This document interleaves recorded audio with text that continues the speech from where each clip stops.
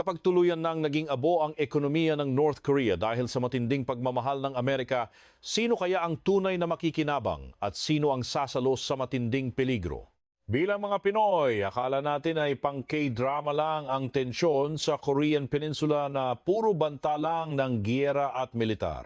Pero sa lente ng macroeconomics, ang pagbagsak ng isang bansang naka-private account ay magdudulot ng matinding shockwaves sa buong Asia. Damay pati ang mga trabaho natin, ang daloy ng supply chain, presyo ng kuryente at ang pagpasok ng mga dayuhang investment sa Pilipinas. Sa usapang pera sa buong mundo, ang totoong chika rito ay hindi lang ang mga banta ni Donald Trump laban sa Pyongyang. Isa itong mas malalim na kwento tungkol sa isang saradong ekonomiya na unti-unting nabubulok mula sa loob. Habang busy ang mundo sa panonood ng mga missile test, ang tunay na plot twist ay ang pagkasira ng sarili nilang palengke. Ang mga BFF na sumusuporta sa kanila, tulad ng Russia at China, ay sabay-sabay ding nanghihina dahil sa kani-kanilang sariling drama sa ekonomiya at geopolitika. Ito na ang tinatawag na perfect storm para sa isang bonggang pagbagsak.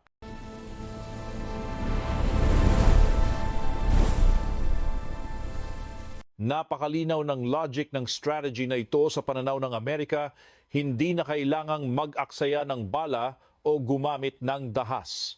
Sa halip, ang goal ay baliin ang mga natitirang suporta ng North Korea para iwanan ng Pyongyang na may dalawa na lang na choice. Una, ang dumaan sa Washington at sumunod sa kanilang mga rules. O pangalawa, ang panoorin ang sarili nilang ekonomiya na malagutan ng hininga dahil sa kawalan ng budget.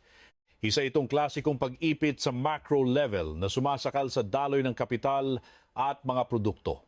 Ngayon, dalhin natin ang usapan sa unang level ng ating macroeconomic analysis.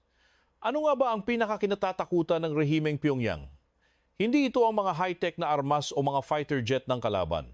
Ang pinakakinatatakutan nila ay ang sarili nilang palengke. Para sa ating mga Pinoy, sisiw lang intindihin ang konseptong ito dahil alam natin kung paano wasakin ng golden sibuyas at ng pagbagsak ng halaga ng piso ang buhay ng mga ordinaryong tao, mas malala pa sa kahit anong armadong bakbakan. Ayon sa mga latest na economic report, nakakaranas ngayon ang North Korea ng matinding pagtaas sa presyo ng mga basic na pagkain. Kasabay nito, ang tiwala ng mga tao sa sarili nilang pera, ang North Korean won, ay tuluyan ng naglaho. Dahil dito, mas gusto pa ng mga tao sa palengke na gumamit ng US dollar o Chinese yuan sa kanilang mga transaksyon. Sa isang bansa, kapag ang mga tao mismo ayaw nang magtiwala sa perang inilalabas ng sarili nilang gobyerno, senyales yan ng malalim na krisis na sumisira sa mismong pundasyon ng Estado. Ang pagkawala ng kakayahang mag-print ng pera na tatanggapin ng sarili mong mamamayan ay hindi lang simpleng issue ng kakulangan sa supply. Ito ay ang total failure ng pinaka-basic na tungkulin ng isang bansa sa usapang pera. Dito natin dapat isaksak sa baga ang isang golden rule sa kasaysayan ng ekonomiya. Kapag na-deadball ang pera ng isang bansa, madalas ay sumusunod na sa hukay ang mismong rehimen. Walang gobyernong tatagal kung ang ekonomiya nito ay umaasa lang sa pera ng ibang bansa para lang makagalaw ng normal. Para sa mga Pinoy na sanay na sa ganitong drama, heto ang aral na madaling i-relate sa ating karanasan. Ang hyperinflation, yung bilis ng paglaho ng halaga ng pera at ang tuluyang pagguho ng tiwala ng publiko sa sistema ng pananalapi ay nagsisilbing pinakadelikadong babala na ang isang ekonomiya ay nasa bingit na ng hukay. Kapag ang buong populasyon ay hindi na naniniwala sa budol ng gobyerno, good luck na lang sa pagbabalik nito kahit gamitan pa ng pinakamarahas na batas ng isang diktadorya. Mas malakas ang psikolohiya ng palengke kaysa sa kahit anong baril. Susunod, titingnan natin ang isa pang malakas na puwersang bumubuwag sa lipunan ng North Korea. Ang bagong henerasyon ng mga kabataan doon ay hindi na tulad ng mga nauna sa kanila na umasa lang sa rasyon ng gobyerno at tumanaw ng walang hanggang utang na loob sa Estado. Ang henerasyong ito ay bahagi ng tinatawag na black market generation o yung mga taong namulat sa diskarte sa palengke, sa kalakalan at sa mga praktikal na paraan ng pagbili at pagbebenta para lang mabuhay. Sila ang mga kabataang mas nakakaintindi ng realidad ng ekonomiya kaysa sa mga gasgas na propaganda. Sa mga ulat at research, tinatawag silang henerasyong Jangmadang. Sila yung mga lumaki matapos gumuho ang pampublikong sistema ng distribusyon ng pagkain at produkto noong dekada 90. Dahil sa epic fail ng estado na pakainin sila, natuto silang magtiwala na lang sa lohika ng paghahanap buhay at negosyo. Hindi na sila basta-basta naniniwala sa mga slogan ng gobyerno na parang sirang plaka. Para sa kanila, ang halaga ng isang bagay ay base sa presyo nito sa merkado at hindi sa kung ano ang idinidikta ng mga opisyal ng partido na wala namang ambag. Isang napakalaking sampal ito sa lumang pag-iisip. Kailangan nating himayin ang puntong ito mula sa anggulo ng socio-economics.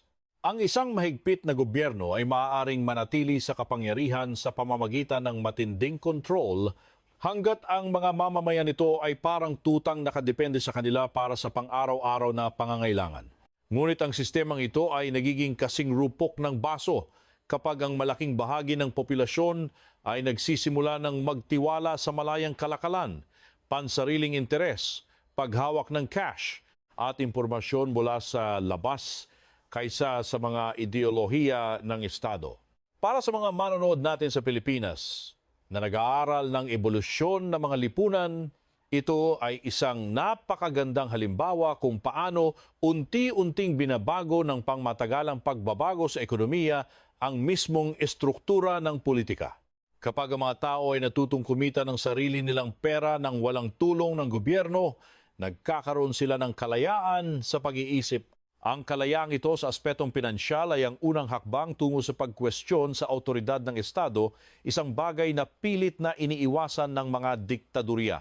Ngayon, pumunta tayo sa pangalawang pinakamalaking dagok na kinakaharap ng Pyongyang, ang bansang Russia, na matagal na nilang inaasahang sasagip sa kanila, ay hindi na nagsisilbing isang tunay at matibay na salbabida para sa kanilang ekonomiya.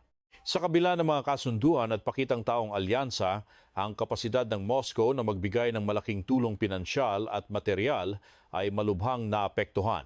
Ang dating malakas na kaalyado ay nakakaranas ngayon ng sariling krisis, kaya imposible na ang pagbibigay ng sapat na suportang kailangan ng North Korea para lang mabuhay. Sabi sa mga ulat, nag-all-in sa isang malaking budol ang North Korea nang magpadala sila ng mga sundalo at armas sa Russia. Umaasang uulanin sila ng cash at high-tech na gamit bilang kapalit. Pero ang ending, nga, sobrang layo ng nakuha nila sa inasahan nilang jackpot. Bukod pa rito, ang mga armas na pinagmamalaki nilang ipinadala ay tinawag lang na low quality at walang silbi sa totoong bakbakan. Habang nangyayari ito, ang Russia mismo ay lunod na sa isang napakamahal na giyera na unti-unting tumutunaw sa kanilang kaban. Napakasimpleng logic lang nito sa macroeconomics para sa mga may isip. Ang isang kaalyado na butas na ang bulsa dahil sa giyera, matitinding sanctions at lumulobong gasto sa militar ay hinding-hindi magiging maaasahang sugar daddy para wala silang extra na barya para ipamigay. Ang ganitong klaseng alyansa ay nakabase lang sa desperasyon at hindi sa matalinong plano, kaya asahan nyo ng guguho ito kapag ubos na ang pasensya at pondo ng dalawang panig. Ibig sabihin, hindi lang talo ang Pyongyang sa kanilang malaking sugal, kundi na-realize din nila ang isang masakit na katotohanan. Ang partner na akala nilang magsisilbing insurance ay namumuhay rin pala sa ilalim ng matinding pagtitipid at krisis sa pera. Imbes na makahanap ng matibay na sandalan, ang nakita nila ay isang pader na unti-unting gumuho. Ang kawalan ng sapat na backup na pondo mula sa Russia ay nag-iiwan sa ekonomiya ng North Korea na mas kawawa at vulnerable sa mga susunod na dagok. Para sa mga Pinoy na feeling bihasa sa negosyo at pera, ang aral dito ay napakalinaw. Sa mundo ng geopolitics at macroeconomics, ang pag-asa sa isang partner na patuloy na nanghihina ay parang pagpilit na magpalago ng yaman gamit ang bad credit o bulok na utang. Maaari kang mag-feeling buhay ng panandalian pero sa huli, siguradong wasak ang buong sistema dahil wala namang totoong yaman na sumusuporta rito. Ang utang na walang pambayad ay laging nauuwi sa pagiging pulubi. Ngayon, ilipat natin ang usapan sa isa pang dakilang supporter, ang bansang China. Napaka-importante ng part na to dahil direktang ikinakabit nito ang sitwasyon ng North Korea sa bagsak na ekonomiya ng buong rehiyon ng Asya. Hindi natin pwedeng pag-usapan ang Pyongyang nang hindi sinisipat ang Beijing dahil ang China ang pinakamalaking trading partner at tanging nagpapakain sa North Korea. Ang kalusugan ng ekonomiya ng China ay ang mismong buhay ng Pyongyang. Kitang-kita natin ang sitwasyon kung saan ang ekonomiya ng China ay unti-unting ginigipit at pinapahirapan ng Amerika gamit ang mga taripa, tech war at mga limitasyon sa enerhiya. Bukod sa pressure mula sa labas, humihina rin ang kanilang sariling benta, gumuho ang sektor ng real estate, tumataas ang bilang ng mga kabataang walang trabaho, at ang pagkapit nila sa teknolohiya ng Amerika ang mismong sumasakal sa kanila. Ang mga internal na problema na to ang kumakain sa kanilang pondo kahit ano pa ang sabihin ng iba. Ang logic ng ekonomiya na dapat nating tutukan ay ito. Kung ang China ay wala na sa parehong level ng kayamanan at diskarte tulad ng dati, babagsak din ng malaki ang kanilang kakayahang buhayin at saluhin ang mga kalokohan ng North Korea. Hindi na nila kayang magbigay ng unleased subsidy. Ang pag-aalaga sa isang bansang pabigat sa ekonomiya ay nagiging napakahirap kapag ang sarili mong kaban ay paubos na at sumasailalim sa matinding stress. Sa madaling salita, ang problema ng Pyongyang ngayon ay hindi lang dahil sa pag-ipit ng Amerika. Ang mas nakakatawang problema ay naipit sila sa eksaktong panahong ang kanilang sugar daddy na taga-suporta ay wala na ring sapat na lakas para sumalo sa kanila. Ito ang tinatawag na double squeeze o ang sining ng pagkaipit sa ekonomiya mula sa dalawang panig. Walang bansa ang makakalusot sa ganitong sitwasyon nang hindi nagmumukhang kawawa ang kanilang lokal na merkado at nawawalan ng kakayahang bumili kahit ng mga pangunahing pangangailangan. Mula sa pananaw nating mga Pilipino, magandang punto ito para mag-isip-isip. Ang krisis sa isang maliit na bansa ay madalas na nagiging teleserye ng kamalasan kapag nangyari ito habang ang malaking bansang nagtatanggol sa kanila ay dumaranas din ng sariling pagyanig sa pitaka. Ipinapakita nito kung gaano ka-toxic ang koneksyon ng pera at kapangyarihan sa buong Asya. Kapag ang higante ay humina, ang mga palamunin nito ang unang makakaranas ng matinding gutom at kawalan ng ayuda. Pagkatapos nating i-analyze sa mga panlabas na pader, tignan naman natin kung bakit ang ultimatum na ibinibigay ni Trump ngayon ay mas mapanganib kumpara sa mga lumang banta sa kasaysayan. Huwag nating isipin na ito ay simpleng drama lang sa diplomasya o pang-clout na politika. Dapat itong suriin bilang isang napakatalino at nakamamatay na bitag sa ekonomiya. Ang alok na ito ay idinisenyo hindi para bombahin ang bansa mula sa labas, kundi para wasakin ang kanilang sistema ng pagkontrol mula sa loob mismo ng kanilang bakuran. Nakatutok ang estratehiyang ito sa pangakong pagpapasok ng mga dayuhang investor, pagpapatayo ng mga real estate sa mga baybayin, pagbubukas ng turismo at pagbuhos ng malaking kapital sa mga dalampasigan ng Hilagang Korea. Sa unang tingin, mukha itong napakagandang pangako ng pag-unlad, trabaho at pagyaman ng bansa.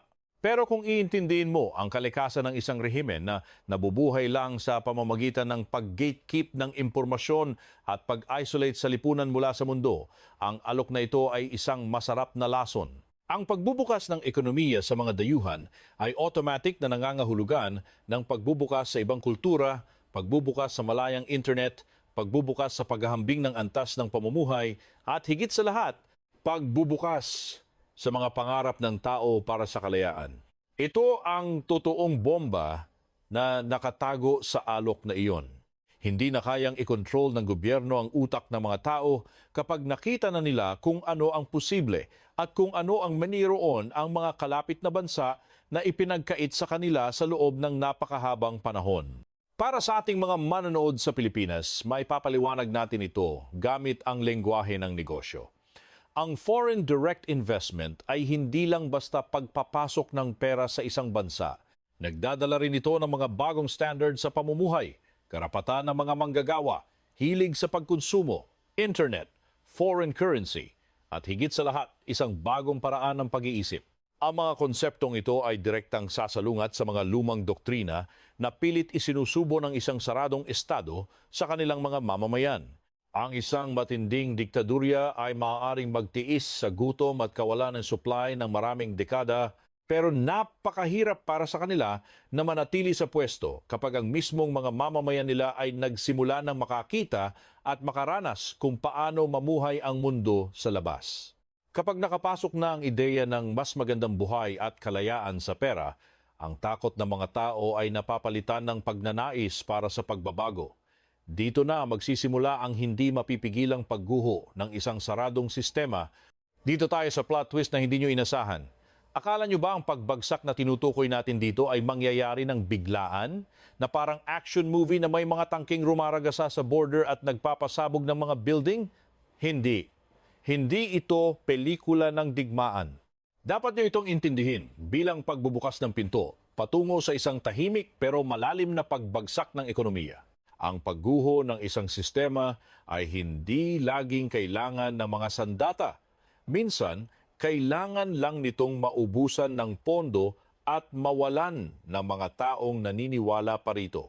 Ibig sabihin, hindi naman kailangang gumuho ang rehimen sa loob lang ng isang araw.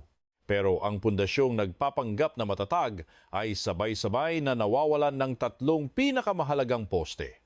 Ang tiwala ng publiko sa pera nilang parang papel na lang. Ang pagsunod ng mga kabataang hindi na basta-basta nauuto ng propaganda at ang ayuda mula sa mga kaalyado sa labas. Kapag nawala ang tatlong elementong ito, ang gobyerno ay nagiging isang walang lamang kabibe na naghihintay na lang madurog sa isang pitik ng pressure. Ito ang uri ng economic collapse na traitor dahil sa simula ay tahimik lang ito at tila walang malaking nagbabago sa labas. Pero kapag umabot na ito sa critical na threshold, ang pagguho ay nagiging napakabilis at wala ng gobyernong makakapigil dyan kahit anong drama pa ang gawin nila. Para sa mga nanonood sa Pilipinas, madaling intindihin ang daloy ng kwentong ito kung iisipin nyo ang mga kumpanyang nabangkarote. Hindi kailangang sumabog ang isang kumpanya para masabing delikado na ito. Kailangan lang nitong maubusan ng cash flow para maglaho. Sa madaling salita, ang ekonomiya ng isang bansa ay parang isang malaking makina lang din. Hindi nito kailangang sumabog at magliyab para masabing nasa panganib na ito. Kailangan lang nitong unti-unting mawalan ng mga safety valve at langis hanggang sa tuluyan itong pumasok sa dead zone kung saan wala nang makinaryang gagana. Kapag ang tiwala sa pera ay naglaho at ang pondo sa labas ay natuyo, ang makina ng gobyerno ay titigil sa pag-ikot at ang mga mamamayan ay mapipilitang maghanap ng sarili nilang paraan para mabuhay. Ngayon, hilahin natin ang pagsusuri pabalik sa mas malawak na epekto nito sa ating rehiyon para hindi lang ito manatiling kwento tungkol sa panloob na problema ng North Korea. Kung ang Pyongyang ay tuluyan ng papasok sa yugto ng krisis at pagbagsak ng ekonomiya, ang epekto nito ay hindi lang makikita sa aspeto ng militar o depensa. Ang mas malaking impact ay mararamdaman sa pandaigdigang kalakalan, daloy ng investment at mga supply chain sa buong East Asia, pati na rito sa Southeast Asia. Ang isang malaking pagyanig at kawalan ng kasiguruhan sa Korean Peninsula ay automatic na magpapataas ng risk premium sa buong rehiyon. Dahil dito, ang mga foreign investor at malalaking pondo ay magiging mas praning at magdadalawang isip na magpasok ng pera. Ang mga supply chain para sa electronics, semiconductors at maritime logistics sa Northeast Asia ay makakaranas ng matinding gulo na magtutulak sa Amerika, Japan at South Korea na baguhin ng mabilisan ang kanilang mga estratehiya sa ekonomiya at seguridad. Para sa Pilipinas, ang aspetong ito ay napaka-importante at hindi dapat baliwalain habang nag-i-scroll lang kayo. Nabubuhay tayo sa isang Asya kung saan ang daloy ng puhunan, kalakalan at produksyon ay mahigpit na nakatali sa sikolohiya ng katatagan ng buong rehiyon. Kapag tumaas ang tensyon sa North Asia dahil sa posibleng pagbagsak ng North Korea, ang presyo ng utang at ang hirap ng pagninegosyo sa buong rehiyon ay maaaring mag-iba ng direksyon na direktang tatama sa paglago ng sarili nating ekonomiya. Dito tayo papasok sa isang pagsusuri na direktang konektado sa ating mga manonood sa Pilipinas na mahilig makimarites sa world news. Kapag lalong nag-riot ang sitwasyon sa Korean Peninsula, asahan naging mas hihigpitan ng Amerika ang kapit sa kanilang network ng mga besties sa buong Asya mula sa South Korea at Japan hanggang sa mga bansang gaya nating dakilang tagasunod sa Timog Silangang Asya. Ang ganitong pagbabago sa geopolitical at macroeconomic landscape ay maglalagay sa Pilipinas sa harap ng dalawang mukha ng barya, jackpot na oportunidad o seryosong kapahamakan. Ano nga ba ang mga sinasabing oportunidad na yan? Baka sakaling mahila tayo ng mas malalim sa mga bagong supply chain na lumalayas mula sa mga delikadong lugar. Baka biglang maging flavor of the month tayo para sa mga investment bilang alternatibong lokasyon at mas bumida ang ating strategic position sa seguridad ng rehiyon. Pero ang plot twist, ang panganib ay ang mahila tayo sa bangayan ng mga superpower, mapilitang mamili kung kanino kakampi at maging kawawa sa biglaang pagtaas ng presyo ng kuryente at gulo sa logistics kapag lumawak ang krisis. Napaka-importante ng parting ito ng ating analysis dahil dito nabibigyan ng saysay ang ating daldalan. Hindi lang tayo nagchichismis tungkol sa kung anong ganap sa Pyongyang, kundi sinasagot natin ang pangunahing tanong ng bawat Pinoy, paano naman ito konektado sa buhay kong mahirap. Ang paglipat ng mga factory, ang pagmahal ng presyo ng langis, at ang pagpasok ng mga dayuhang kumpanya sa ating mga economic zones ay direktang resulta ng mga macroeconomic shifts na nangyayari libu-libong milya ang layo mula sa ating mga dalampasigan.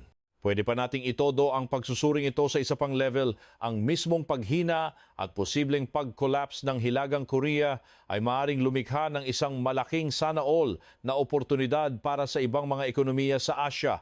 Kung ang isang bahagi ng produksyon, mga global supply chain o strategic roles ay kailangang ilipat dahil sa kawalan ng katiyakan sa Korean Peninsula, ang mga bansang gaya ng Pilipinas ay dapat mag-abang para sumalo sa mga lumilipat na kapital at negosyong ito. Pwede tayong maging sentro ng logistics, pag-assemble ng electronics, o kaya ay lalong magpakyut sa ugnayan sa kalakalan sa Amerika at mga kaalyado nito.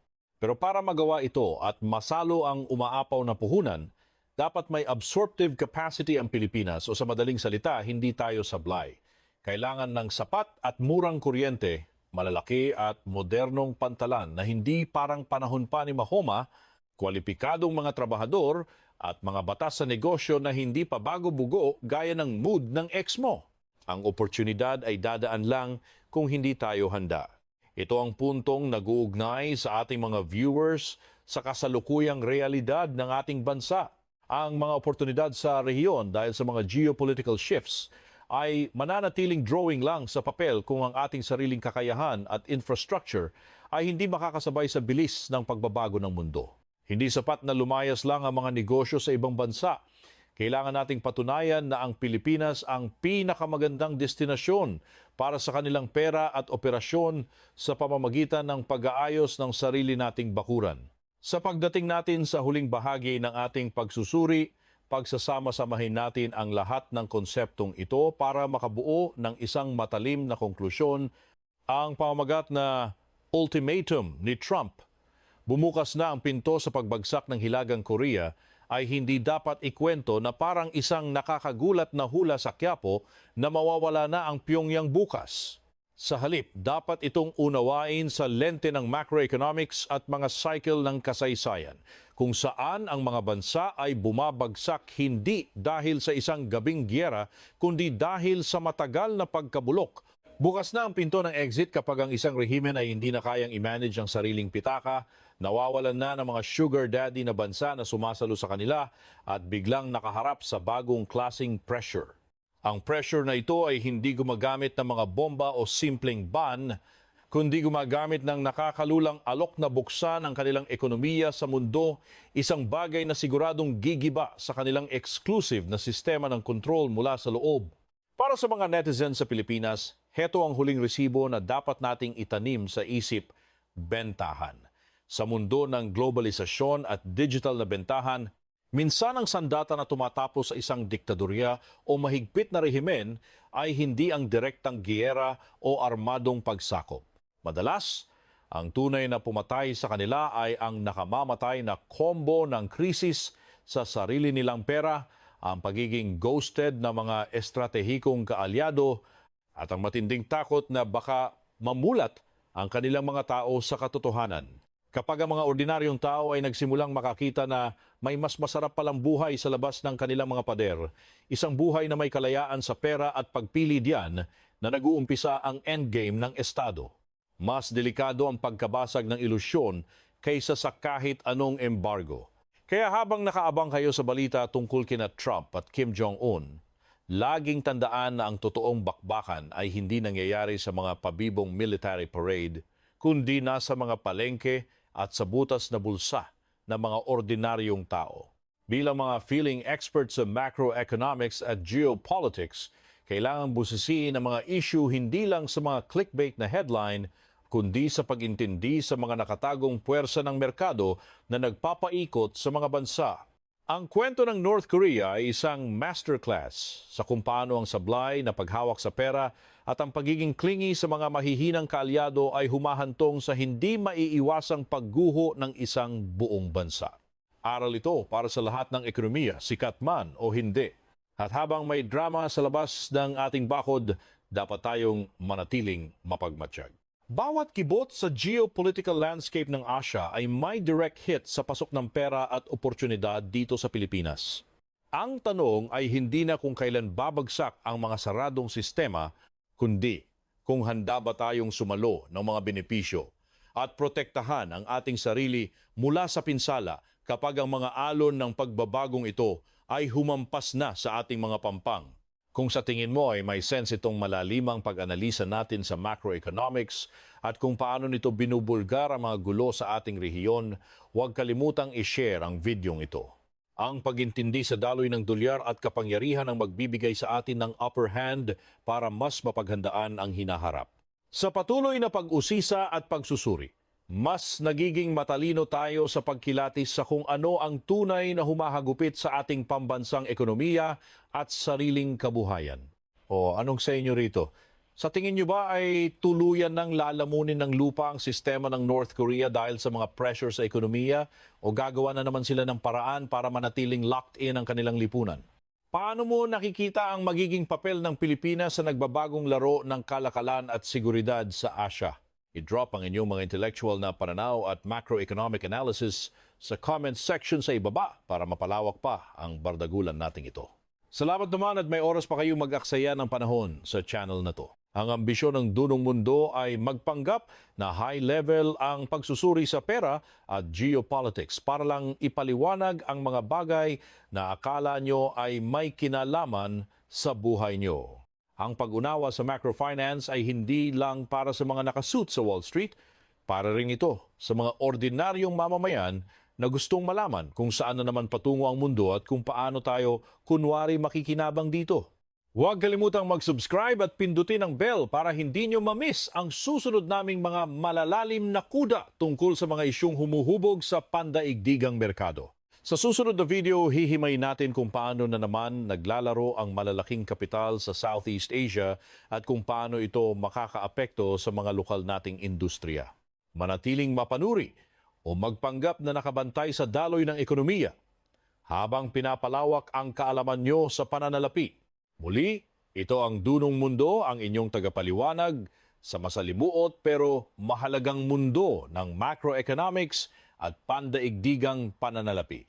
Tandaan, sa mundo ng pera at kapangyarihan, walang nangyayari ng walang dahilan.